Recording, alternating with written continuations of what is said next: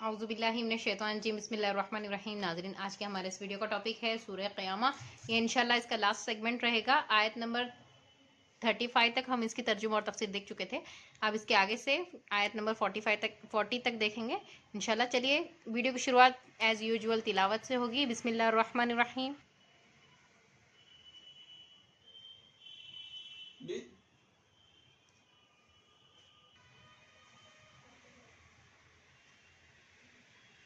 بسم الله الرحيم. لا أقسم بيوم القيامة ولا أقسم بالنفس اللوامة.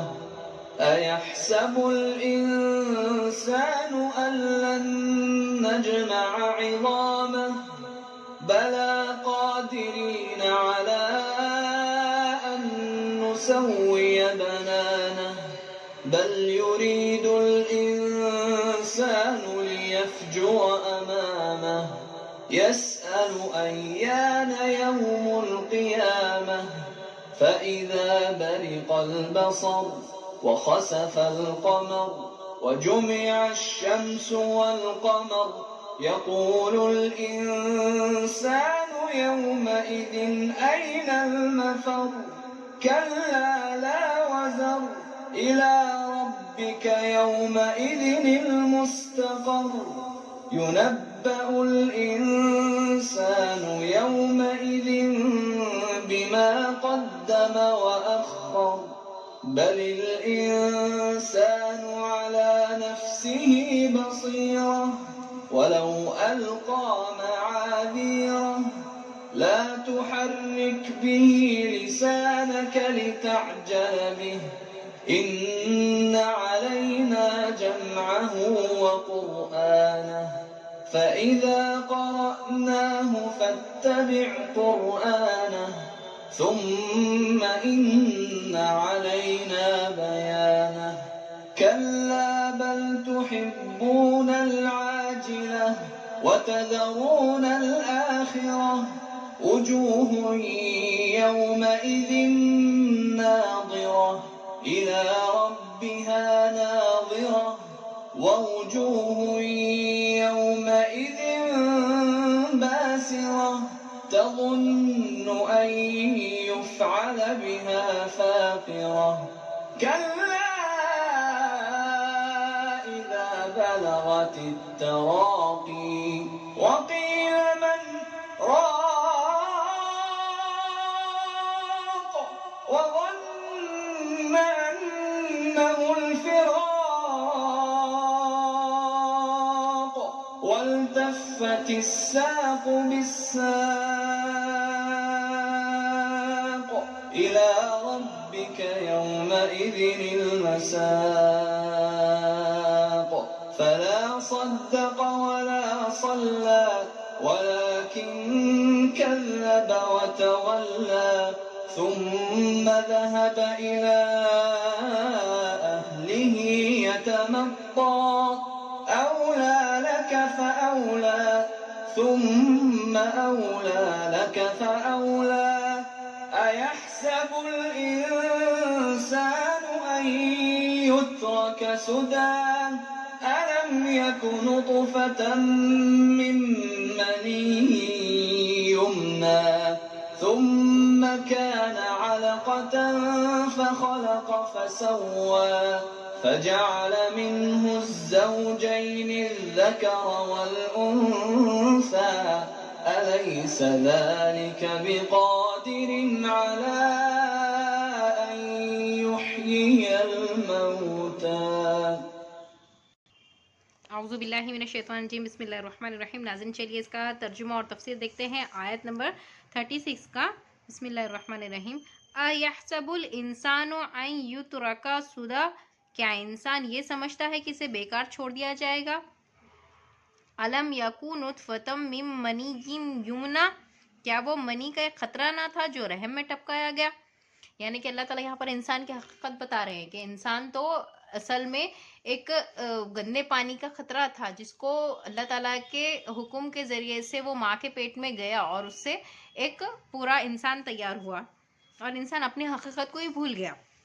اللہ تعالیٰ یہاں پر انسان کے پیدائش کے اسٹیجز بتا رہے ہیں، یعنی کہ کہاں سے یہ جنریٹ ہوا، یعنی کہ فادر کے پاس کا اسپرم جب مدر کے ووم میں جاتا ہے اور وہاں سے حمل ٹھہر جاتا ہے، عورت حاملہ ہو جاتی ہے، تو اس کے یہاں پر اسٹیجز بتایا۔ تو پہلے وہ منی کے خطرے سے جنریٹ ہونا شروع ہوا ہے، ماں کے پیٹ میں گیا اور اس کے بعد وہاں سے حمل ٹھہرا۔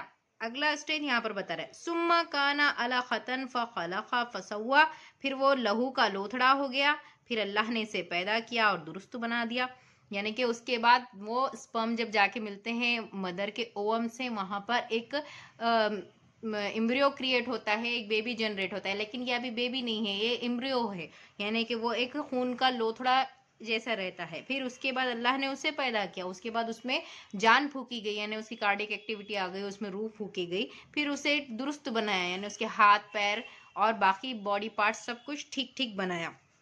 فَجَعَلَ مِنْهُ الزَّوْجَيْنِ الذَّكَرَ وَالْأُنثَى، پھر اس سے جوڑے یعنی نر اور مادہ بنائے، پھر اس کے بعد وہ بیبی بوائے بنا یا بیبی گرل بنا۔ اس طریقے سے اللہ تعالیٰ نے یہاں انسان کی تخلیق کے پورے سٹیجز بتائے ہیں۔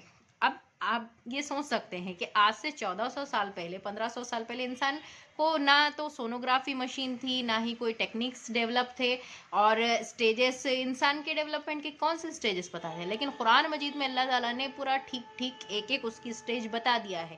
یہ تو آج ہم سونوگرافی کے ذریعے سے آسانی سے دیکھ سکتے ہیں کہ بیبی کس طریقے سے جنریٹ ہو رہا ہے، اوولیوشن ہونے کے بعد سے، فرٹیلائزیشن کے بعد سے ایمبریو کس طرح بنا، اور اس کے بعد اس کے ہاتھ پیر بنے یا نہیں بنے، اس کی کارڈک ایکٹیویٹی آئی کہ نہیں۔ لیکن اللہ تعالیٰ نے یہ چیز قرآن مجید میں 1400 سال پہلے ہی بتا دی تھی، انسان کے اسٹیجز۔ دیکھیں یہی معجزات ہے، یہی چیزیں ہیں جو اللہ تعالیٰ یہ بتاتی ہے کہ یہ کتاب کوئی ایسی ویسی یا انسان کی جنریٹ کی ہوئی کتاب نہیں، بلکہ ایک آسمانی کتاب ہے۔ یہ ہمارا خالق جو اللہ ہے، جو پوری دنیا کو بنانے والا ہے، اس نے یہاں پر قرآن مجید میں ایک ایک راز کو کھول کھول کر بتا دیا ہے۔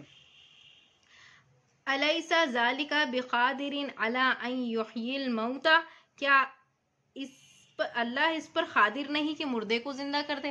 اب یہ ان کے سوال کا جواب ہے۔ یہ سارا جو سورت تھی یہ اسی ایک سوال کے اوپر نازل ہوئی تھی کہ انسانوں کے دل میں یہ خیال تھا کیا کہ اللہ تعالیٰ کیا ہم کو مرنے کے بعد بھی پھر سے پیدا کرے گا؟ مٹی ہونے کے بعد کیا واپس سے ہم اڑ جائیں گے؟ ہمارے جب ہڈیاں بوسیدہ ہو جائیں گی، جب مٹی میں مل جائیں گی، تو کیا اللہ ہم کو پھر سے بنائے گا؟ تو اللہ تعالیٰ نے یہاں پر انسان کی ساری حقیقت کھول دی ہے، یعنی کہ اس کی پیدائش سے، جب سے وہ ماں کے پیٹ میں پیدا ہوا، ٹھہرا، حمل ٹھہرا، تب سے لے کے اس کی پوری ٹھیک ٹھیک حالت، یعنی وہ نر بنا یا مادہ بنا، عورت بنا یا آدمی بنا، اس کی سٹیجز سے لے کر ہر چیز یہاں پر ظاہر کر دیا۔ اور اس کے بعد اللہ تعالیٰ نے اس کو یہ بھی بتا دیا کہ اس کے مرنے کے وقت اس کے کیا کیا کنڈیشنز رہیں گے، کس طریقے سے وہ ریئیکٹ کرے گا، اور وہ سمجھ جائے گا کہ اب اللہ کے پاس ملنے کا وقت ہے، اب یہ دنیا چھوڑنے کا وقت ہے۔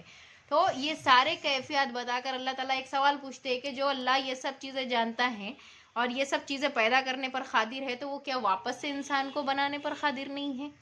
اللہ تعالیٰ سے گزارش ہے کہ اللہ تعالیٰ ہمارے بھی اعمال ٹھیک کر دے، ہمارے بھی جو ایسے بے تکے سوالات اگر ہمارے ذہن میں کبھی شیطان نے ڈالے ہوں گے تو ان سب کو ہمارے ذہن سے نکال دے، اور اللہ تعالیٰ پر کامل یقین رکھنے کی توفیق عطا فرمائے، ہمارے ایمان کو درست فرما دے، اور ہمارے دل دماغ میں یہ بات کو پیوست کر دے کہ ہمیں اللہ کے یہاں جا کر اپنا حساب اللہ کے پاس دینا ہے، اور قیامت کے روز اللہ تعالیٰ کے یہاں اپنے اعمال نامے پیش کرنا ہے۔ اسی لیے آج سے ہی، ابھی سے ہی ہمیں نیک اعمال کرنے کی اللہ تعالیٰ توفیق عطا فرمائے، ہمارے گناہوں کو معاف فرمائے، ہمارے جو کچھ غلطیاں ہو چکے ہیں ان غلطیوں کو معاف فرمائے، آمین ثم آمین۔ اسی طرح یہاں پر سورہ قیامہ کا ترجمہ اور تفسیر مکمل ہوا ہے۔ انشاءاللہ نیکسٹ ویڈیو میں ہم اگلے سورت کے ساتھ حاضر ہوں گے۔